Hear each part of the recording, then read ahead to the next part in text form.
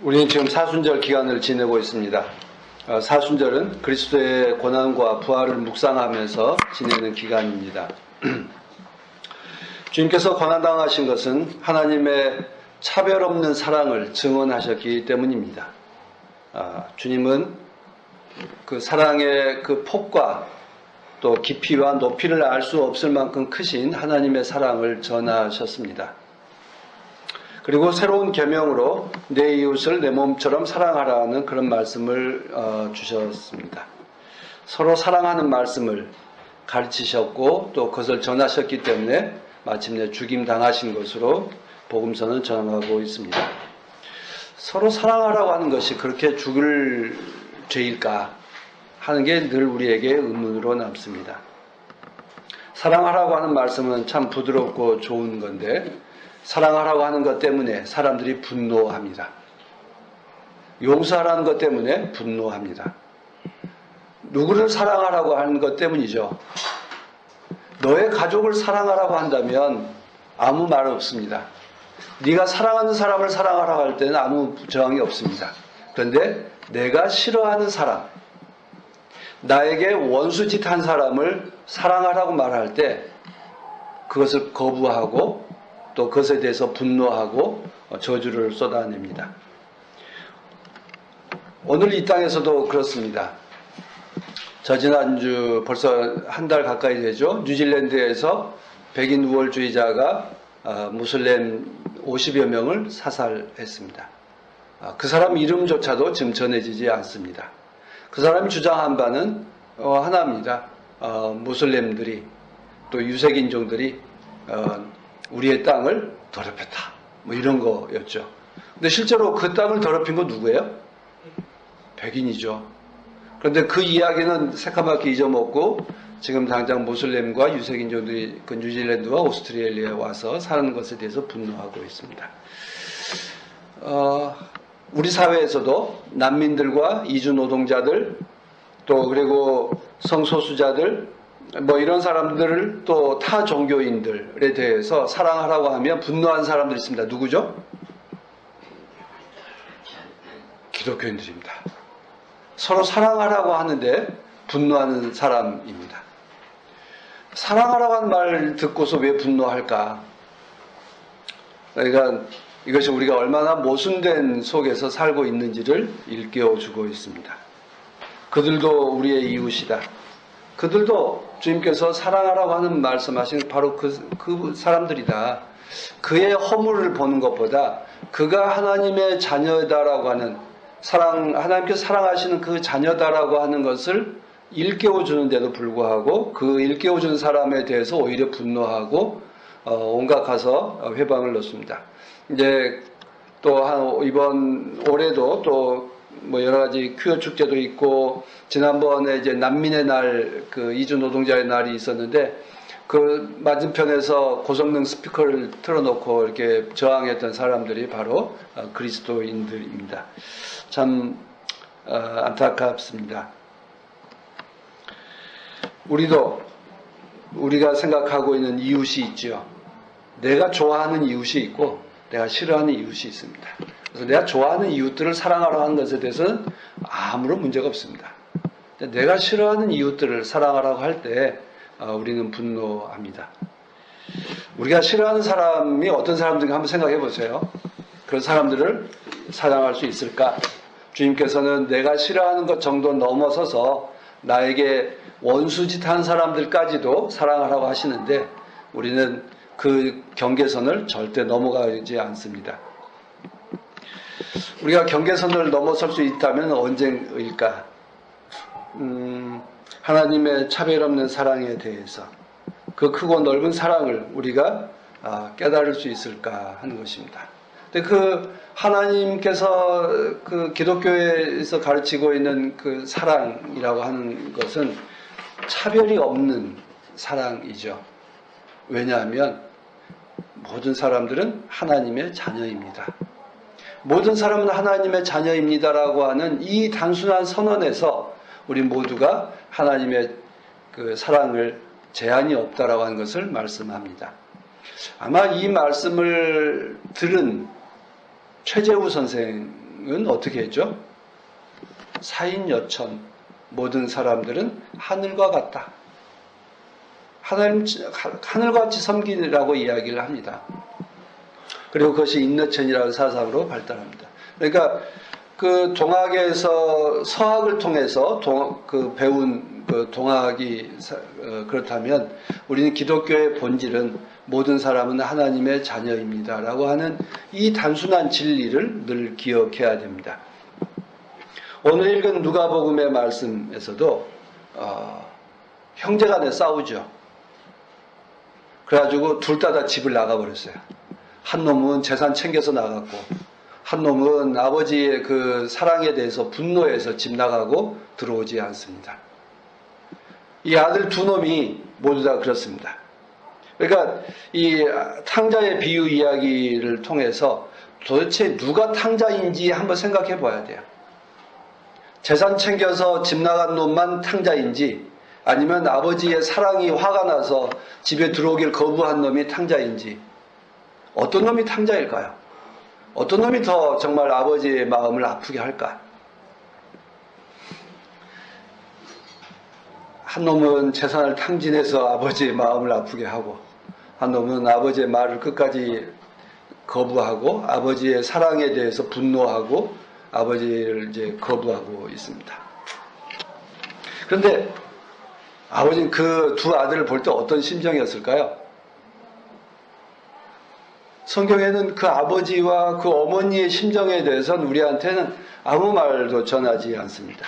오늘 등장하는 세 사람들을 이렇게 이제 살펴보면 먼저 재산을 나누어 준 아버지 이야기를 한번 생각해 봅시다. 작은 아들이 재산을 나누어 달라고 했을 때 아버지는 어떤 심정이었을까에 대해서 우리가 뭐 여러 번 설교를 들었으니까 상상해 볼 수 있습니다. 내가 살아있는데 이놈이 벌써 재산을 달라고 해? 나를 죽은 사람 취급하려고 하나? 라고 하는 분노하는 마음도 있었을 수도 있고요. 근데 여러분들이 그런 말을 들었다면 어떤 생각이 들까 한번 상상을 해 보시길 바랍니다. 아마 괘씸한 마음도 들었을 텐데 성경은 우리한테 아버지에 대해서 전하지 않습니다. 그런데 작은 아들이 달라고 한 건 뭐죠? 재산을 달라고 해요. 그런데 그 본문을 한번 살펴보세요. 아버지는 뭘 나눠 줬어요? 살림을 나누어 줬어요. 아들은 재산을 달라고 하는데 아버지는 살림을 나누어 줬어요. 그런데 여기서 이 살림은 우리는 살림이라고 번역을 해서 그렇습니다만 헬라어 원어로 보면 생명이에요. 라이프. 생명을, 아들은 재산을 달라고 하는데 물질을, 돈을 달라고 하는데 아버지는 생명을 주었어요. 그러니까 생명 같은 돈이다라고 말할 수도 있고요. 생계수단을 말하는 점에서 살림이라고 말할 수도 있습니다. 그런데 그 나누어 준 것에 대한 단어의 차이, 그냥 단지 중복하기 싫어서라고 생각할 게 아니라 아들은 재산을 달라고 그러는데 아버지는 생명을 주었다. 살림을 주었다. 살 수 있는 것을 주었다. 이 차이에 대해서 우리가 한번 생각해 보았으면 좋겠습니다. 정말 아버지들, 부모들이 자녀들에게 주는 건 단순한 돈, 물질이 아니라 그것에 담겨있는 그의 안타까운 마음, 사랑, 또 그가 앞으로 잘 살아갈 수 있게 되기를 바라는 그런 소망까지 담아서 살림을 주었다. 살 수 있는 기틀을, 생명을 주었다라고 하는 것입니다. 그런 점에서 그 아버지의 그 마음, 어머니의 마음 한 번도 언급되고 있지는 않지만 이 재산과 살림, 재산과 생명이라고 하는 이 단어 사이에서 생명을 나누어주는 그 부모의 마음 어떤 걸까요? 에이 자식 잘 먹고 잘 살아라고 했을까요? 아니면 이 돈에 담겨있는 나의 사랑도 너희가 느꼈으면 하는 생각이 되었을 것입니다. 그런데 작은 아들에게만 준 것이 아니라 큰 아들에게도 둘에게 재산을, 생명을 나누어 주었다. 이렇게 되어 있습니다. 그런데 이 재산을 그 받은 아들은 며칠 뒤에 자기의 모든 것을 팔아서 집을 떠납니다. 아주 멀리 떠나버렸습니다. 이때도 그 떠나버리는 그 아들의 뒷모습을 바라보는 아버지와 어머니의 심정은 전하지 않습니다. 그래서 부모님은 그 떠나는 아들을 보면서 어떤 생각을 했을까? 참 우리가 상상해 보면 괘씸함에 대한 것보다 허전함과 그리고 언젠가는 모르지만 돌아오기를 기다리는 그 마음으로 아마 그의 뒷모습을 바라보고 있었을 것입니다. 아마 고개 넘어 지평선 넘어 사라질 때까지 아마 그 아들을 지켜보지 않았을까 싶어집니다. 아마 이게 성서가 우리에게 부모님, 아버지와 어머니의 마음을 전혀 전하지 않음으로 인해서 오히려 우리가 상상해 보도록 자극하고 있지 않은가 싶습니다. 아버지 멀리 떠나버리는 아들의 뒷모습을 바라볼 그 아버지의 심정. 그런데 둘째 아들은 밖에 나가서 뭐 하죠? 방탕하게 살았습니다. 라고 되어 있는데요. 떠들썩하게 살았다고 그래요. 그러니까 원래 표현들 하면 떠들썩하게 살았다. 어떻게 한 게 떠들썩하죠? 노래방도 가고, 술집도 가고, 뭐 이제 그 버닝썬, 뭐 아레나 클럽, 뭐 이런 데도 좀 가고, 뭐 이렇게 살았다는 거 아니겠어요? 그래서 있는 돈을 다, 거기서도 모든 것을 탕진했다. 그러니까 모든 것을 챙겨나가는데 모든 것을 탕진했다라고 되어 있어요. 아마 그래서 어떤 상태가 되었냐면 개만도 못한 상태가 되었다는 거예요. 돼지만도 못한 상태가 되었다. 돼지가 먹는 것조차도 먹고 싶을 정도로 상태가 되었다.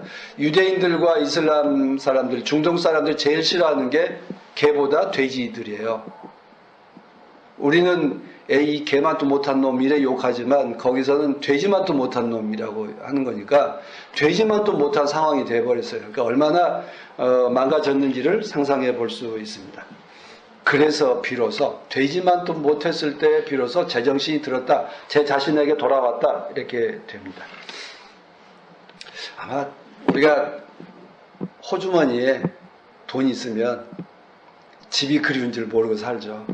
이제 호주머니에 돈 떨어지고 춥고 배고파져야 이제 집이 소중한 거구나, 집이 평안한 거구나라고 느끼는 것처럼 이 둘째 아들이 다 그렇습니다. 그리고서 비로소 자기 자신에게 돌아와서 내가 하늘과 아버지 앞에서 죄를 지었습니다라고 깨닫게 되었다라고 하는 것입니다. 반면에 큰아들은 어떻습니까? 큰아들은 동생 때문에 아버지의 상속재산을 또 일찍 받았죠. 지가 할 수 있는 일들도 많아졌습니다. 그럼에도 불구하고 동생과 다르게 그는 집을 지키고 아버지 옆에서 살아갑니다. 그런 점은 매우 모범생이고 매우 착한 아들이 분명합니다. 우리도 살면서 큰아들, 여기 다들 다 작은 아들만 계신 것 같아요. 홍한택 집사님도 작은 아들, 우리 한차원 집사님도, 우리 강충구 교수님도 다 이제 작은 아들. 광주시는 아들이 하나라서 큰 아들이자 그러겠습니다. 그러니까 둘째가 되어보지 못해. 아마 큰 아들의 심정 한번 생각해 보세요. 아버지가 하라는 대로 자기 정말 잘 살았어요. 반듯하게 살았어요. 그런데 어느 날 완전히 되지만도 못하게 된 동생, 완전히 아버지한테, 살아있는 아버지한테 상속재산을 내달라고 했을 때 큰아들은 어떤 생각을 했을까요? 그 형님은 나도 재산을 받아서 좋다라고 생각했을까요? 아니면 정말 이 상황을 보면 굉장히 모범적인 아들이었던 걸 보면 아마 아버지의 분노한 것보다 형이 더 먼저 화를 냈을지도 모르겠다 싶어요. 그래서 이미 그 작은 아들 동생한테 이미 어떤 윤리적 판단을 하고 있어요. 잘못된 놈. 그런데 가가지고 재산을 늘리는 것도 아니라 탕진하고 온 것에 대한 이제 분노라고 있습니다. 그래서 나는 모범적으로 살았습니다. 그런데 어떻게 해서 저 작은 아들이랑 나랑 당신의 아들이라고 표현을 해요. 당신의 아들인 저 아들과 나가 같습니까? 오히려 나를 더 홀대합니까? 라고 하는 화를 내고 있는 것을 우리가 봅니다. 그런 점에서 이 큰아들의 심정이 오늘 우리가 살고 있는 모범적으로 잘 살고 있다는 사람들의 그 심정을 표현하고 있는 것 같아요. 오늘 잘 살고 있다고 생각하시는 여러분들, 또 잘 살고 있다고 생각하는 오늘의 한국 교인들, 그 사람들, 나는 세금도 꼬박꼬박 잘 내고 있다고 생각하는 사람들, 나는 정부가 하라는 대로, 교과서가 하라는 대로 난 잘했다고 하는 사람들이, 허물이 많은 사람들도 역시 동등하게 대우하는 것에 대해서 분노합니다. 그래서 난민들, 이주민들, 소수자들, 또 이미 파산해가지고 신용 불량된 사람들한테도 국가에서 새로운 기회를 주자고 할 때 그 제일 분노한 사람들은 누구예요? 난 세금 꼬박꼬박 내는데 라고 하는 사람들, 난 군대 잘 갔다 왔는데 라고 하는 사람들이 되게 화를 내고 있습니다. 그런데 이 사람이 어떻게 해요? 집에 안 들어가요. 집에 들어갔는지 안 들어갔는지 끝내 성경은 전해주지 않아요. 결국 이 아들도 아버지의 그 사랑이 많은 아버지에 대해서 화가 나서 집을 나가요. 안 들어가요. 개겨요. 결국 작은 아들이나 큰 아들이나 모두 다 아버지의 품을 박차고 나가서 아버지의 사랑에 대해서 인정하지 않으려고 하는 그런 사람입니다. 정말 이때 아버지를 정말 사랑한다면 큰아들은 어떻게 했을까? 작은 아들은 비로소 자기가 모든 것이 망가졌을 때 비로소 아버지의 사랑을, 하나님과 아버지 앞에서 내가 죄인이다라고 할 깨닫고 돌아왔어요. 근데 큰아들은 아버지의 이 말씀을 듣고 돌아왔을까? 집으로 들어갔을까? 동생을 껴안아 줬을까? 어떻게 했을 것 같아요?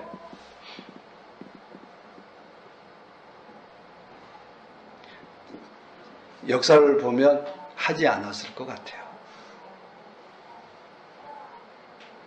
바리새인들이 또 그리고 반듯하고 생각하는 모범생들이 사회적 낙오자들, 죄인들, 또 소수자들을 결코 껴안는 것은 쉬운 일은 아닌 것 같습니다.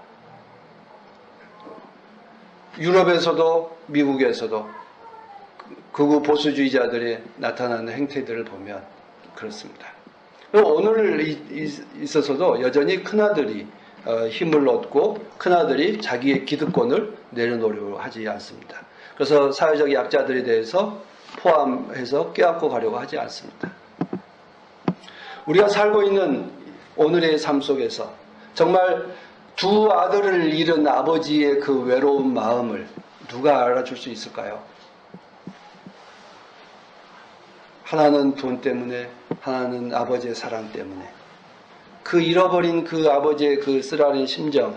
저는 그런 점에서 탕자의 비유라고 할 때 정말 탕자는 돌아온 작은 아들이 아니라 집 나간 큰 아들에 대한 이야기로 우리가 다시 한번 생각해 봐야 되고, 또 한편으로는 이 이야기의 주인공은 탕자가 아니라 아들들이 아니라 그 집 나간 두 아들을 바라보는 그 아버지의 심정이 아마, 그리고 두 아들이 모두 다 돌아오기를 기다리는 이 아버지의 마음이 오늘 우리들이 깨달아야 될 가장 근본적인 하나님의 마음으로 우리가 보아야 되지 않겠나 싶습니다.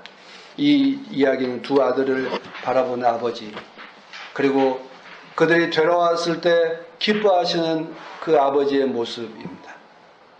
아버지가 아들에게 회복시켜주죠. 가장 좋은 옷을 입혀라라고 할 때 가장 좋은 옷은 어떤 것일까요?